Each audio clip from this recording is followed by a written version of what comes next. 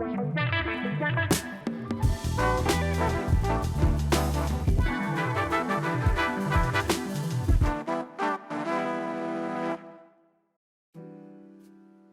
for missing last week's Unpacked. I got a little sick of talking about high guard and required lots of sleep and extra strength cold medicine.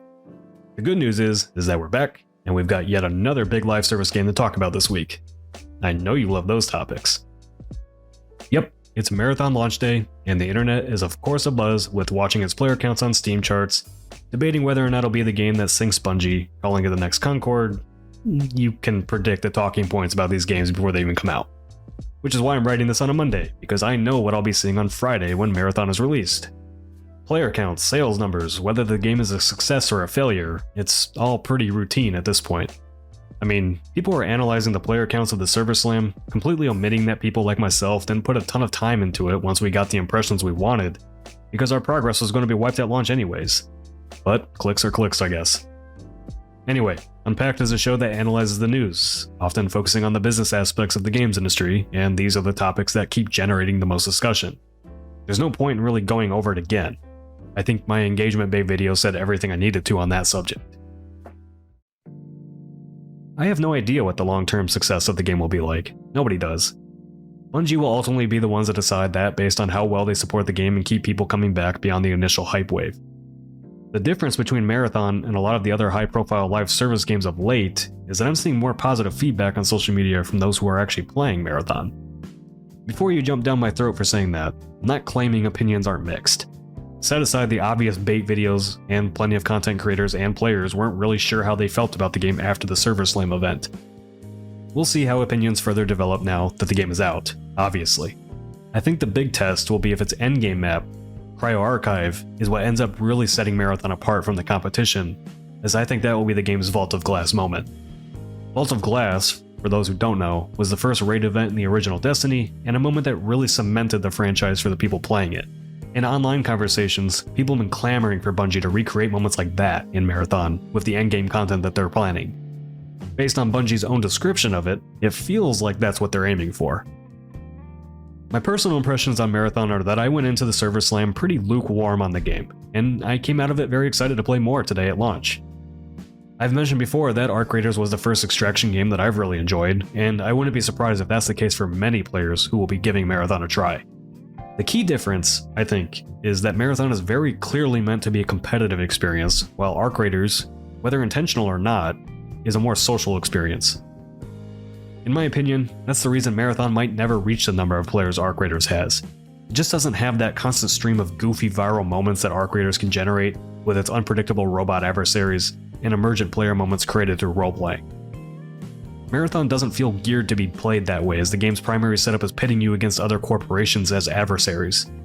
While Arc Raiders requires you to work with other people to take down the massive world bosses roaming around, Marathon, at least for the moment, doesn't have anything that would really push players outside of their own squads to work together.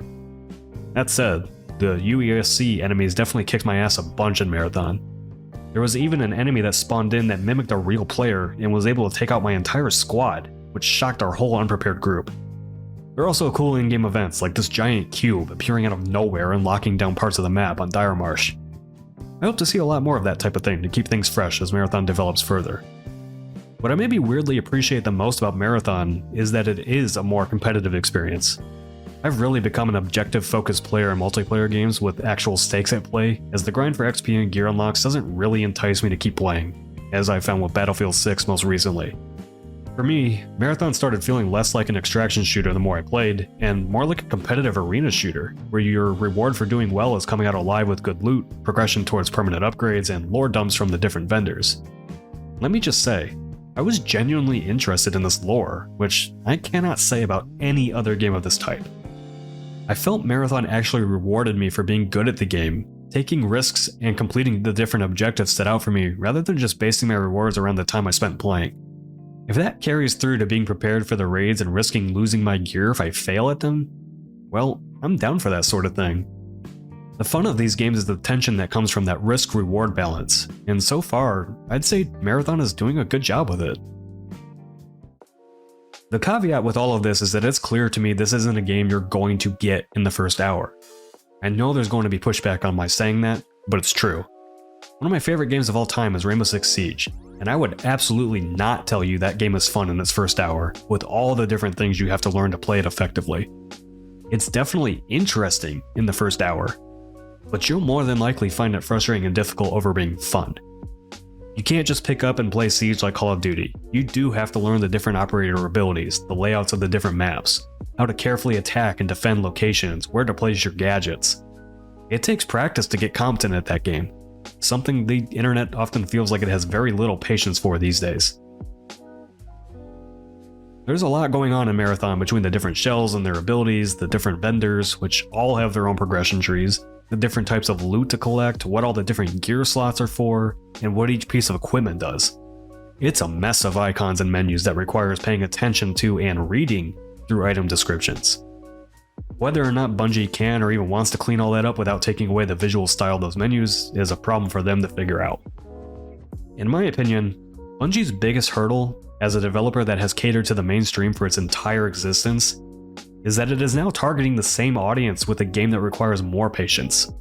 Something I immediately noticed with my more casual gaming friends who tried to server slam with me, it was a hard sell, as they were immediately overwhelmed by everything that was being thrown at them. But I think by the end, at least a couple of them were sold on the game after spending some more time crafting their builds, understanding how the progression systems work, and getting into the flow of matches as we discovered key points of interest, where to get certain valuable loot, and so on. I know, right? It's almost like the more you play the game, the more you understand how to play it effectively. Novel concept. There's a lot riding on Marathon for Bungie. I don't think there's any disputing that. Destiny is at its lowest point ever for the franchise, Sony made a massive investment in acquiring Bungie, and PlayStation Live service ambitions have truly been a disaster for the company. I'm sure there will be consequences for Bungie if Marathon isn't the hit that it pretty clearly needs to be for them. But there's really no point in spending a lot of time focusing on that today. Either people are going to like and stick with the game, or they're not. Despite all the noise on the internet, gameplay is and will always be king, and Bungie and Marathon's future rests on their ability to make a game people want to play.